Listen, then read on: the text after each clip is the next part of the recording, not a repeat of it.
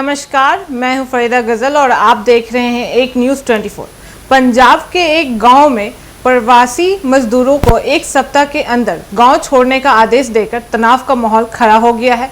यह मामला मौजूदा मराठी बनाम प्रवासी विवाद की पृष्ठभूमि के सामने आया है, जिससे पूरे देश में हलचल मच गया है। दरअसल महाराष्ट्र में कुछ दिनों से प्रवासी मजदूरों को लेकर विरोध और हिंसा की खबरें सामने आ रही थी, जिनमें कुछ स्थानीय संगठनों द्वारा यह आरोप लगाया गया था कि प्रवासी लोग स्थानीय युवाओं की नौकरी छीन रहे हैं और उनकी संस्कृति पर असर डाल रहे हैं। इस विवाद की जांच अब पंजाब तक पहुंच गई है, जहां संगरूर जिले के एक गांव में ग्राम पंचायत को नोटिस जारी करते हुए गांव में रह रहे प्रवासी मजदूरों ने कहा है कि एक सप्ताह के अंदर गांव खाली कर दे, वरना कार्रवाई की जाएगी। बताया गया है कि यह फैसला पंचायत की एक बैठक में लिया गया है और इसके पीछे यह तर्क दिया गया है कि प्रवासी मजदूरों की बढ़ती संख्या गांव के समाधानों पर बोझ डाल रही है और इससे स्थानीय लोगों को रोजगार के अवसर नहीं मिल रहे हैं। हालांकि गांव के सरपंच और पंचायत सदस्यों ने इस आदेश को सुरक्षा और सामाजिक संतुलन बनाए रखने का प्रयास बताया है, लेकिन इससे प्रवासी मजदूरों ने भारी डर और नाराजगी फैल गई है। अधिकतर प्रवासी मजदूर उत्तर प्रदेश, बिहार और झारखंड जैसे राज्यों से आते हैं, जो पंजाब में मेहनत मजदूरी कर अपने परिवार का पेट पालते हैं। इन मजदूरों का कहना है कि वे सालों से यहाँ रहकर काम कर रहे हैं और अब अचानक इस तरह का आदेश आना उनके लिए बहुत बड़ा झटका है।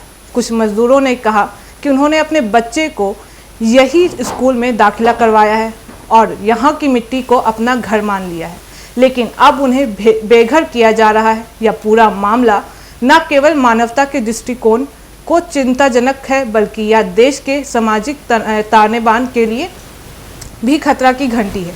विशेषज्ञों का कहना है कि देश में किसी भी नागरिक को कहीं भी बसने और काम करने का संवैधानिक अधिकार है और इस तरह के स्थानीय फरमान न केवल कानून के खिलाफ है, बल्कि सामाजिक और विभाजन को भी बढ़ावा देते हैं।